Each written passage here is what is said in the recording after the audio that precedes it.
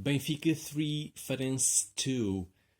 Benfica wins and tops the league at the moment with 9 points. So that's 3 victories in 3 games. And it was a very difficult game today. We saw the first game from Otamendi after being bought as part of the deal with selling Ruben Dias to Manchester City, and we also saw Jardel playing alongside of him. It was a difficult game from a defensive intensity. I think the players didn't quite have the pace and the pressure on Farense's ball exchange. I mean, typically Benfica playing at home against the team which is bottom of the league, you would expect to be more dominant, and it is actually, looking at the stats, you can see that the game was very I mean, I wouldn't say it was balanced, because Benfica did have still 59% of possession, but in terms of shots and everything from corners to fouls, yellow cards, you can see that Farense did want to go for it and did it all they could, and at some points in the game they made Benfica not look that great. I think the lack of supporters, I see it finally as something that is really lacking in certain points of the game, that the team is kind of dropping back, and you kind of feel that the supporters in a lot of these moments could be useful to push them forward. The constant changes, obviously the market is not closing until Tuesday, so you never know what's going to happen, but the constant changes in the starting 11 doesn't really help in the consistency, and as well as some players not playing to the level that we expect them. It is a little bit difficult to say at the moment if Benfica is getting closer to what the best 11 is going to be. I think in the midfield, at least, it is a huge question mark, because while Gabriel seemed to pick up the position a couple of games ago, now today he wasn't that great, and it seemed like Julian Weigl, after coming at the 55th minute, did improve the game a bit. So I still don't know what's gonna happen.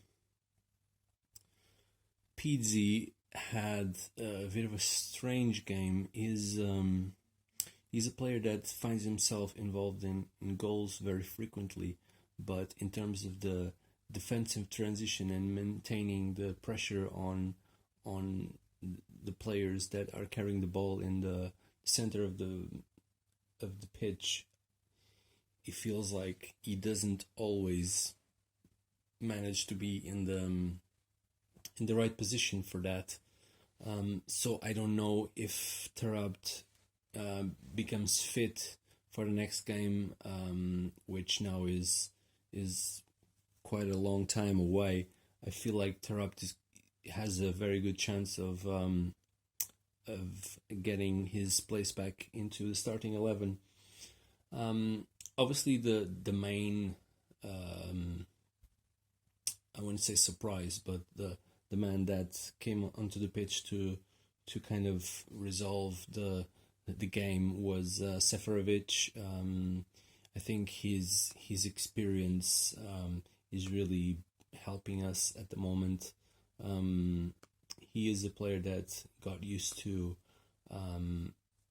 without being always the main man on the pitch. He maintains always a high rate of work, and although he was not at his best in the first game of the season against PAOK, he is gradually gaining his place in the squad, and I think if the manager had his way, he would have had a different mobile striker, which would probably push Seferovic down in the pecking order.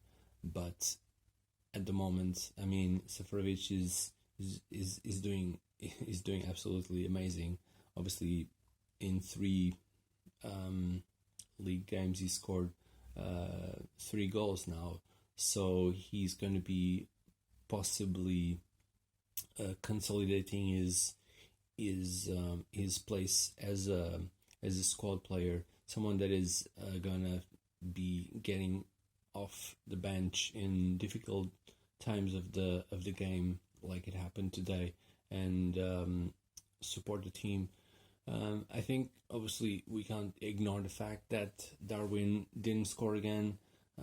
He wasn't selfish in the way that he gave the ball to Seferovic, but we don't want him to obviously become another Raul de Tomas that was here for 6 months and then kind of all of a sudden became desperate to leave back to Spain to go and play for the relegation battle, and then ending up in the second division in Spain. But I was quite pleased to see the level of intensity that Farense brought to the game, and it is very early in the league, but you can see that they have that fighting spirit that it could lead them to stay in the first division. They just got promoted this year, and it seems like they have quite a new squad with a lot of changes, and a lot of these teams tend to play above their level, as it were, when they come to big teams and play in the Stadio La Luz. But I think the man of the match was, I think it has to be Seferovic for the 2 goals, and I think Odysseas Vlachodimos also had a good game. Otamendi's, it's his first game. He didn't have a lot of time to adjust to the team. It seems like he was a little bit out of shape. He doesn't have that match fitness. So, I mean, it's not great that he was directly involved in the 2 goals. So that's a little bit worrying.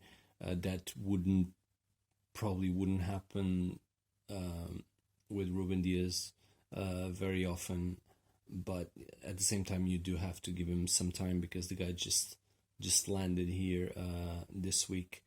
So there is obviously that time that he's going to need to adapt. It is a little bit worrying to see that Jardel can't really keep fit for long. I mean, he hasn't been playing. Today was the first time he started, and after 74 minutes, his body just gave up. He is one of our captains, and he's served the club well for a really long time. But although he's 34 years old, you wouldn't expect him to be ready for retirement yet. But he has had some injuries over the years, so he might be in a position that he is struggling to keep up at the highest level. So we'll have to keep an eye on and see what's going to happen over the next few months. But after the game, the manager did say that Benfica absolutely needs another center back. So I don't think that's a dig at Ferro.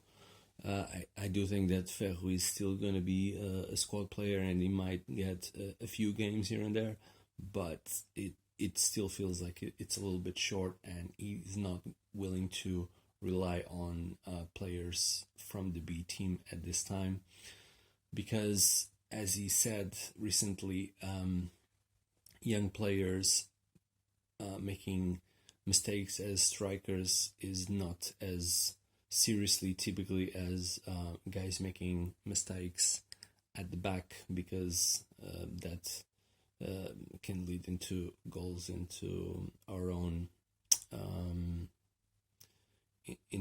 goal. So overall, very happy with the 3 points. You can't really not be happy with that, considering that we are the only team that's going to have 9 points after 3 games. This was clearly a game that we played worse than the last game against Moreirense at home.